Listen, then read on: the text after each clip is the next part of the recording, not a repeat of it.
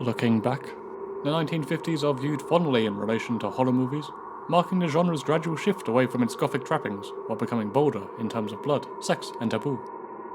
But the first year of the decade, 1950, was an abysmal year for horror, with very, very few releases worldwide. Luckily, there was one standout exception to this. El Hombre Sin Rostro, The Man Without a Face, is a Mexican take on Jack the Ripper, containing an engaging mystery, Hitchcockian elements, and nightmare sequences involving a striking villain.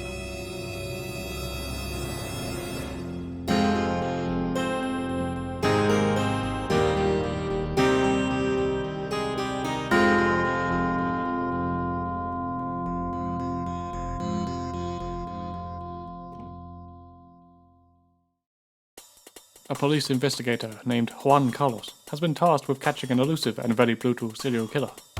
The victims are always women, targeted at night. The modus operandi is always the same. The bodies are viciously butchered, but with surgical precision. Yet the police are stumped, and Juan Carlos has taken it very hard and very personally. He blames himself and succumbs to extreme self-loathing, fear, and cowardice. Recurring nightmares of a misty landscape inhabited by the killer and the ghosts of his prostitute victims beat him down almost to the point of a nervous breakdown. He tries to quit the force, but his boss convinces him out of it, while also ordering him to take better care of himself.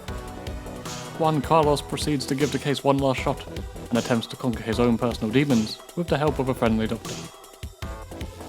The nightmare sequences are the film's attention-grabbing feature, with a dreamy vibe and a faceless man's simple but spooky design. Really, he's a prototype for the villains in Giallo pictures. Cast your mind to Mario Bava's Blood and Black Lace, for example. However, these scenes are used sparingly. Emphasis is placed instead on lengthy dialogue scenes, often between Juan Carlos and his doctor, as they navigate through his therapy.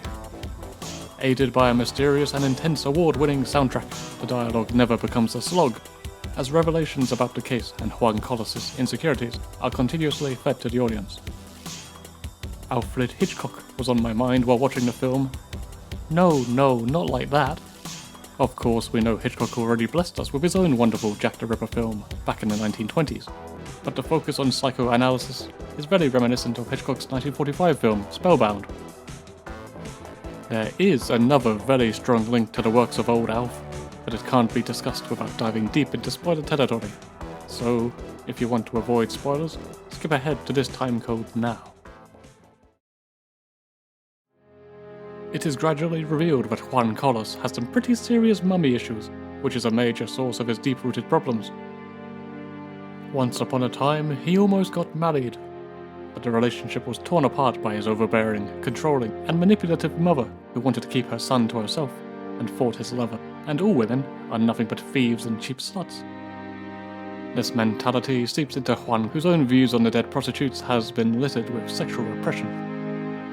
The film comes to a head when his dreams finally reveal the faceless man to actually be, in fact, his deceased mother.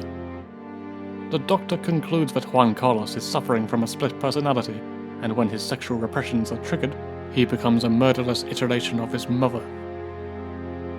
This, of course, sounds very familiar to Hitchcock and horror fans, but The Man Without a Face predates Psycho and its source material by a decade.